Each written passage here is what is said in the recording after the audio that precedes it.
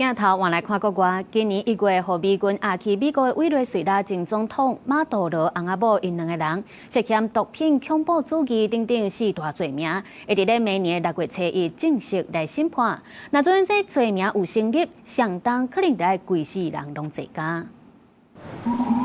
馬杜羅翁仔某坐佇風大車隊，7月2日審情聽證會結束，離開紐約曼哈頓南區聯邦法院，要登去布魯克林拘留中心，沿路慰安兼加戒備。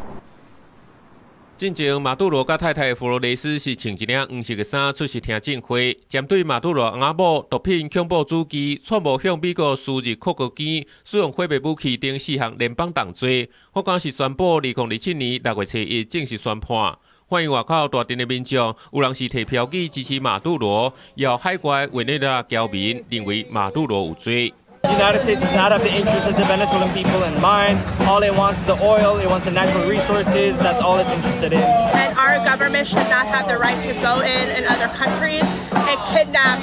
elected leaders and bring them here for a sham trial. Nosotros si somos venezolanos reales, entonces nosotros no estamos a favor de Maduro. Nosotros queremos que Maduro pague por todas las cosas que hizo en Venezuela.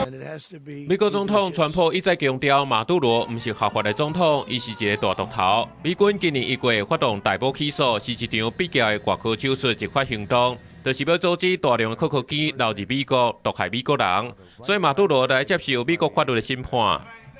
馬杜羅的律師是以國家元首夏炳權、美軍非法綁票做理由，要求法官撤銷起訴，也講美國凍結資產還無法度納這條大條的私人律師費。川普政府是強烈反對，堅持馬杜羅不准動用到任何受到美國制裁委內瑞拉政府的公款替家己辯護，敢會當用因家己的個人資產。最後，若准講馬杜羅這4項重罪，只要任何一條互人判有罪，相當就是愛判關一世人。